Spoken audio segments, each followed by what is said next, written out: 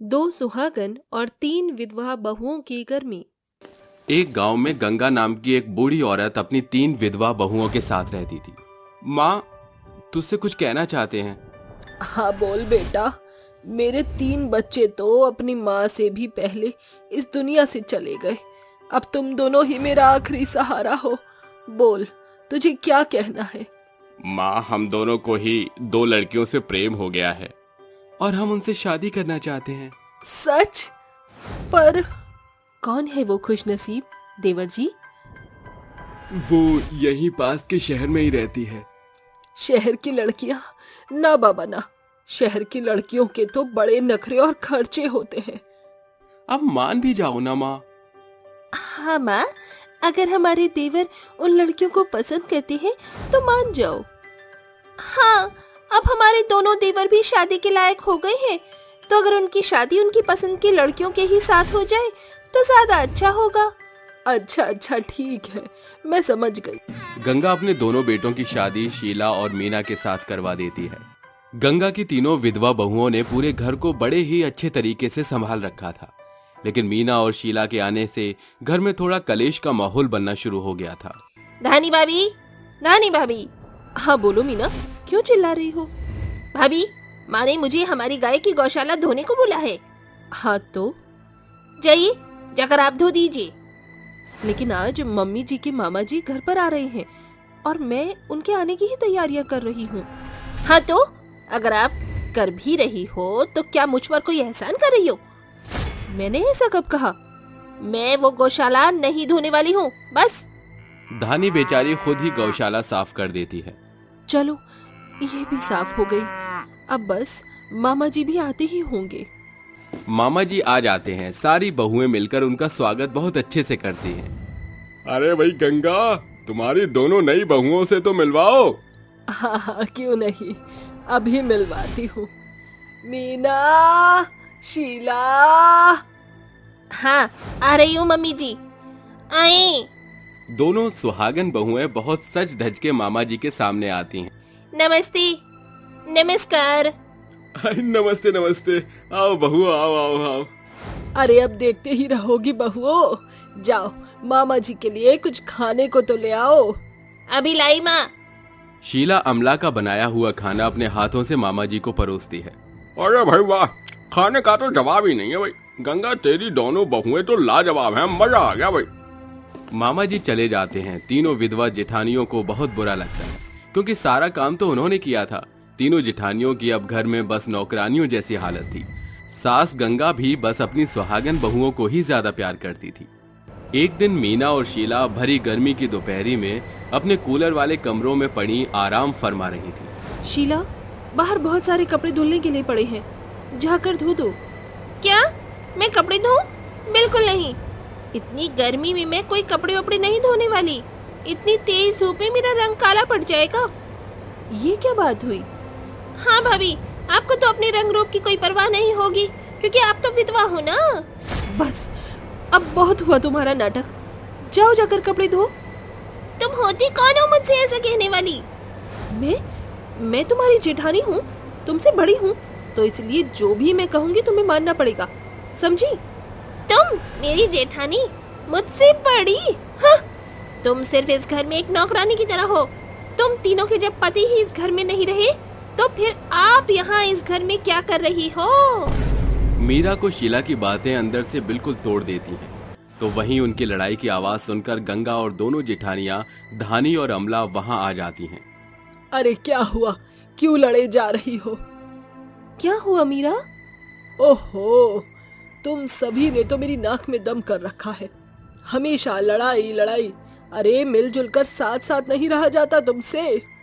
माँ, आज मेरी देवरानी शीला ने मुझे मेरी असली जगह दिखा दी। क्या बात हुई है तुम्हारे बीच मीरा और शीला? कोई कुछ बताओ तो सही।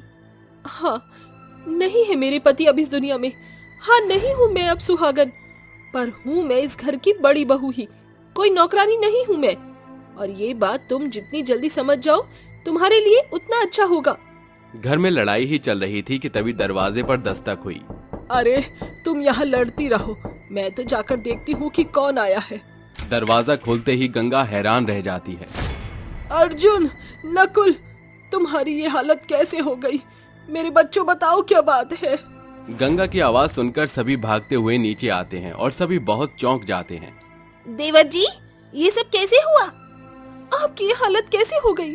नकुल और अर्जुन दोनों की ही बाजू और टांगों पर पट्टियां थीं। ये देख सभी हैरान थे। अर्जुन जी, आपकी ये हालत कैसे हुई? कुछ तो बताइए। मैं और नकुल हम दोनों अपनी दुकान पर जा ही रहे थे कि अचानक हमारी टक्कर एक गाड़ी से हो गई। वो तो भगवान का शुक्र है कि वहाँ पर बहुत सारे लोग मौजूद थे और उन्होंने हमें देख लिया और पास के अस्पताल में ले गए। अगर थोड़ी सी भी देर हो जाती तो हम इस दुनिया में नहीं होते। मेरे बच्चों, तुमने तो मेरी जान ही निकाल दी थी। इसीलिए तो कहते हैं कि वक्त का कुछ भी पता नहीं होता। कभी भी अपने ऊपर इंसान को इतना घमंड नहीं करना चाहिए जैसे कि वो खुद ही इस पूरी कायनात का मालिक हो। मौत जिंदगी हमारे हाथों में थोड़ी ही है और कहा जाता है कि हम जैसा सुलूक इस दुनिया के साथ करते हैं, पलट में वो ही हमें मिलता है। आपने बिल्कुल सही कहा भाभी जी। मीरा की बात सुनकर मीना और शीला को अपनी गलती का एहसास हो जाता है और वो अपने किए पर बहुत शर्मिंदा भी होती हैं। मुझे माफ कर देना भाभी जी, मैंने हमेशा आपको बहुत बुरा भला कहा, लेकिन आज मेरी आंखें खुल गई हैं। प्लीज आप मुझे माफ कर दीजिएगा। हाँ, सुहागन होना हमारा सौभाग्य है, लेकिन भगवान को एक सुहागन को एक विधवा में बदलने में कुछ ज्यादा समय नहीं लगता। आज नकुल और अर्जुन जी के साथ हुए हादसे ने हमारी आंखों को खोल दिया है। हो सके तो मुझे भी माफ कर देना। चलो अच्छा है, तुम्हें समझ तो आया। इस दुनिया में कोई भी अमर नहीं है। सुहागन और विधवा तो बस शब्द है जो औरत के लिए इस दुनिया ने बना दिए हैं, वरना इंसान तो सभी एक जैसे ही हैं। लगता है देवर जी, आपकी बीवियां समझ गई हैं। अब आप ही बस कीजिए। नकुल और अर्जुन अपनी पट्टियों को निकालकर फेंक देते हैं। आप ठीक हो? आपने चोट लगने का नाटक किया, लेकिन क्यों? भाभी ने हमें ऐसा करने को बोला था ताकि तुम दोनों समझ जाओ, इसीलिए हमने ऐसा किया और लगता है कि तुम्हें सब कुछ समझ आ भी गया है। मैं बहुत खुश हूँ कि आप बिल्कुल ठीक हो और मैं अपने किए पर बहुत शर्मिंदा भी हूँ। मैं भी। शीला और मीना की नजरें झुकी हुई थीं। उन्हें अपनी गलतियों का बहुत पछतावा था, लेकिन इसी के साथ वो सब कुछ समझ भी गई थीं। वो दोनों अब खुशी खुशी अपनी जेठानियों के साथ घर के सारे काम कराती और सभी खुशी से एक दूसरे के साथ रहते। एसी की ठंडी हवा में बैठी आरोही मजे से मूवी देख रही थी। ऐसे सूखे सूखे मूवी देखने में मजा नहीं आ रहा, आरोही को कुछ चटपटा चाहिए। ऐसा कहकर आरोही किचन में आती है और जहाँ उसकी माँ मनीषा गर्मी में खाना बना रही होती है। ओह गॉड, कितनी गर्मी है माँ यहाँ, आप इतनी गर्मी में खाना कैसे बना लेती हैं? बेटी के सवाल पर माँ हंसकर बोलती है हम हाउसवाइफ की जिंदगी ऐसी ही होती है बेटी, चाहे सर्दी हो, बरसात या गर्मी, हमें किचन से कभी छुट्टी नहीं मिलती और कुछ दिनों के बाद तुझे भी ये सब करना होगा। बस मायके में महीने भर की मेहमान रह गई है तू, अब इन सबकी आदत डाल ले। माँ, ये सब मुझसे ना होगा, आप तो जानती है ना, बिना एसी के बगैर एक सेकेंड भी आपकी बेटी का गुजारा नहीं। आप देख लेना, मैं आज जैसी मायके में हूँ ससुराल में भी बिंदास रहूंगी, गर्मी से कोई कॉम्प्रोमाइज नहीं करूंगी। एनीवे, अब आप जल्दी से मेरे लिए मस्त वाली मैगी बना दो।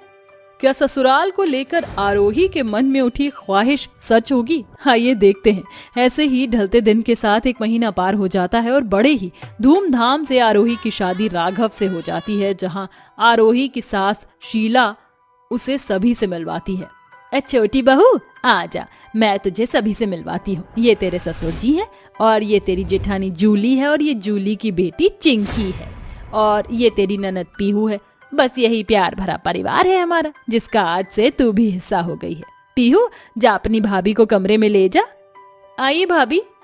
पीहू अपनी भाभी आरोही को कमरे में ले आती है। अगली सुबह दरवाजे पर हो रही खटपट से बहू की आंख खुल जाती है।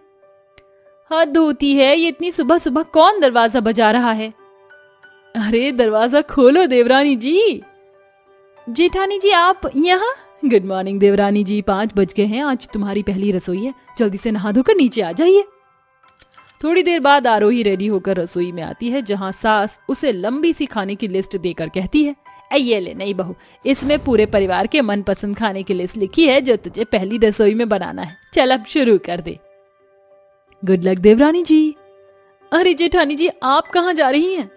अरे छोटी बहू, भला बड़ी बहू का किचन में क्या काम है, सब कुछ तुझे अकेले बनाना है। आरोही को अकेले ही तपती गर्मी में ससुराल वालों के लिए खाना बनाना पड़ता है और खाना बनाते बनाते वह पसीने से पूरी तरह भीग कर उदास मन से बोलती है, उफ, इस गर्मी ने तो हाल भी हाल कर दिया। मैंने कभी नहीं सोचा था कि ससुराल में मेरी पहली गर्मी में ये पहली रसोई की रस्म इतनी भारी पड़ेगी। अरे आरोही बहू, खाना बना कि नहीं? ये सही है, मैं ये गर्मी और पसीनों से नहा चुकी हूँ, मगर मेरे ससुराल वालों को सिर्फ खाने की पड़ी है। ऐसा बोलते हुए बेचारी बहू अपने मायके की जिंदगी याद करने लगती है। आरोही घर में एंट्री करते हुए सोफे पर बैठकर नखरे करती हुई बोलती है, ओह गॉड, ये गर्मी का महीना आता ही क्यों है? माँ प्लीज एक ग्लास चिल्ड पानी ले आना। ये ले बेटी पानी। Oh thank you so much मेरी प्यारी माँ, गर्मी के कारण मेरा गला सूख रहा था।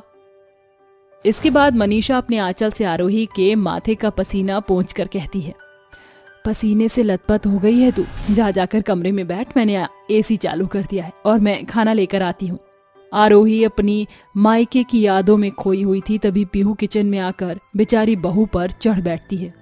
भाभी कहाँ खोई हुई हैं आप? वहाँ सभी खाने के वेट में बैठे हैं, जल्दी हाथ चलाइए। अरे ननद जी नाराज क्यों होती हो, बस खाना रेडी है, तुम चलो लाती हूँ। ससुराल वालों को खाना खिलाकर आरोही खुद खाए बिना कमरे में जाकर एसी चलाकर गहरी सांस भरकर कहती है, अब जाकर जान में जान आई है। जैसे ही आरोही की आंख लगती है, उसकी कंजूस सास शीला कमरे में आकर एसी पंखा दोनों बंद कर देती है, जिससे बहू जाग जाती है। क्या हुआ सासू माँ, आपने एसी क्यों बंद कर दिया?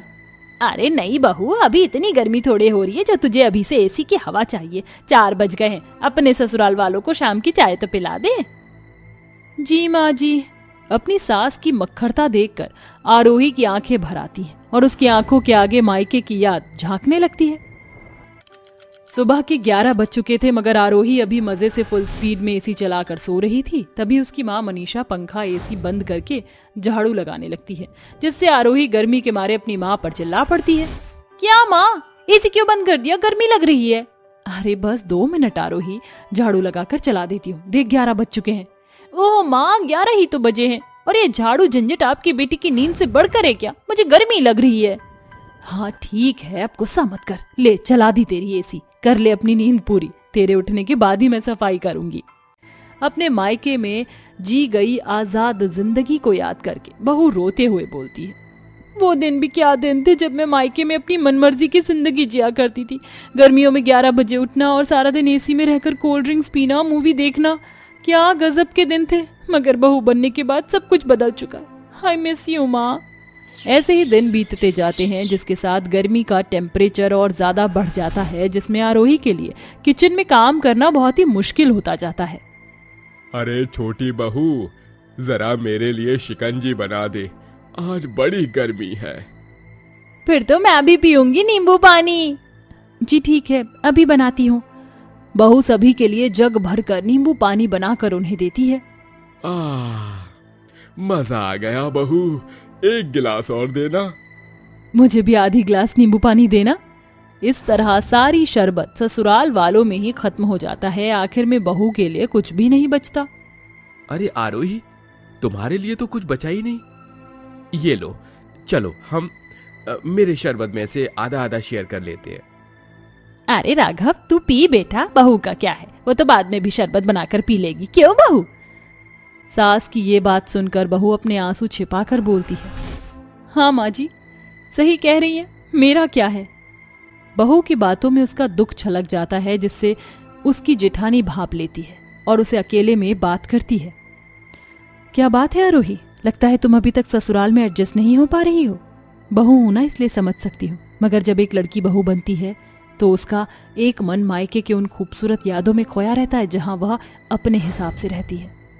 अपनी जेठानी की इस बात पर आरोही कहती है, जेठानी जी बहू बनने के बाद ससुराल में ये पहली गर्मी है जिसमें मैं अपनी मर्जी से नहीं रह सकती। पता है जब मैं अपने मायके में थी तो गर्मियों में 11 बजे से पहले नहीं उठती थी और मैं अपने कंफर्ट के अनुसार कपड़े पहनती थी और मुझे हमेशा से एसी की हवा की आदत रही है। गर्मी के मारे मैं कभी किचन में कदम नहीं रखती थी, मगर बहू बनने के बाद पहले जैसा कुछ भी नहीं रह गया।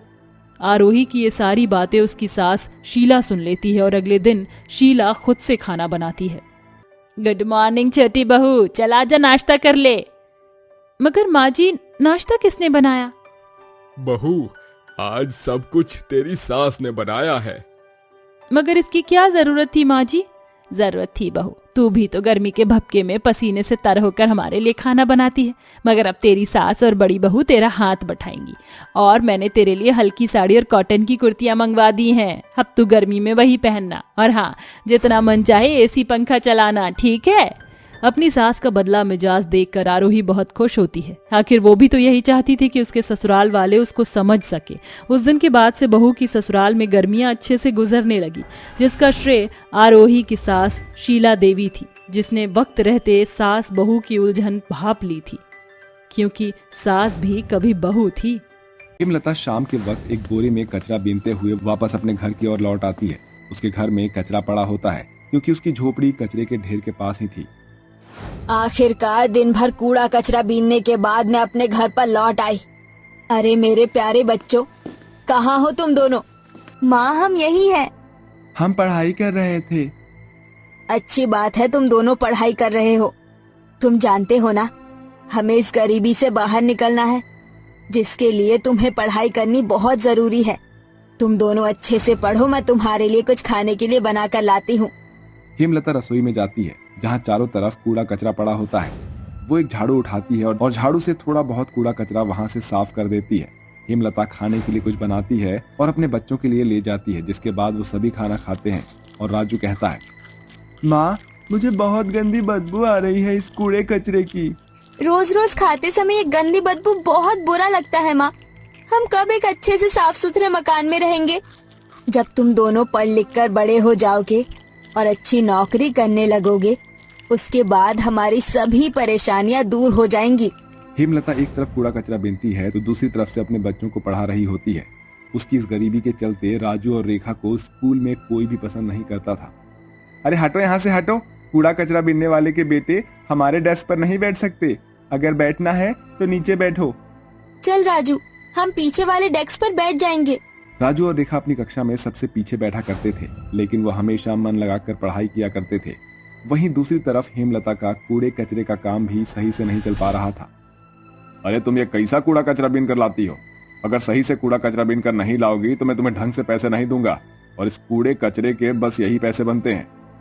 अरे भाई साहब, ऐसा मत करो। मैं जितना कूड़ा लेकर आती हूँ इतना कूड़ा तो कोई भी नहीं रहता, लेकिन फिर भी तुम हमारे कूड़े कचरे में कमी निकालते ही रहते हो। देखना, ज्यादा भंगाईबाजी नहीं कर सकता। अगर तुझे भी ये पैसे चाहिए तो रख ले, वरना मैं तेरा कूड़ा नहीं खरीदूंगा। हेमलता थोड़े से पैसों को ले लेती है, जिसके बाद वो वहाँ से अपने कूड़े का बोरी उठाती है और घर की तरफ लौट आती है।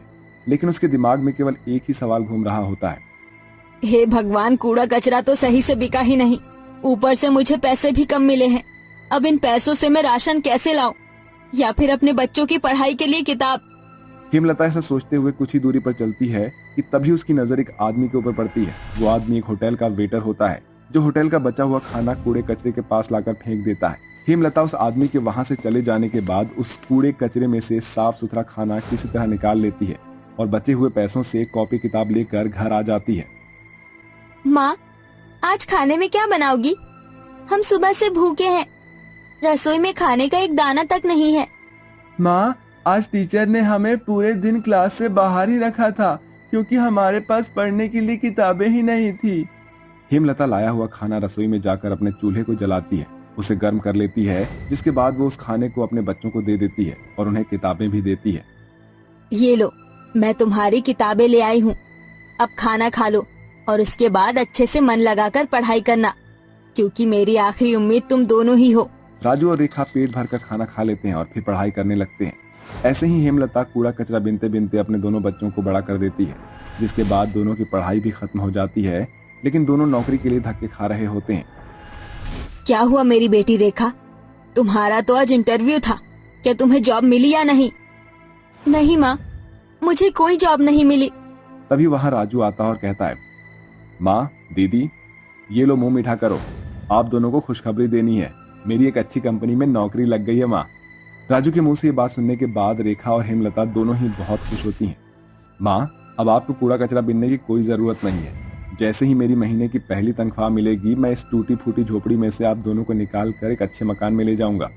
जैसा कि राजू ने कहा था कि वो अच्छी खासी कंपनी में काम करता है और पहले महीने की तनख्वाह से वो एक मकान किराए पर ले लेता है, जिसमें वो सभी खुशी खुशी रहने लगते हैं। जब तक रेखा को नौकरी नहीं मिलती, वो अपने आगे की और पढ़ाई करने लगती है और एक दिन हेमलता राजू से कहती है, देखो राजू बेटा, तुम्हारी बड़ी बहन रेखा तो अभी अपनी पढ़ाई कर रही है और उन्हें पढ़ाई करने में थोड़ा सा समय लगेगा, लेकिन मैं सोच रही थी कि क्यों ना तुम शादी कर लो।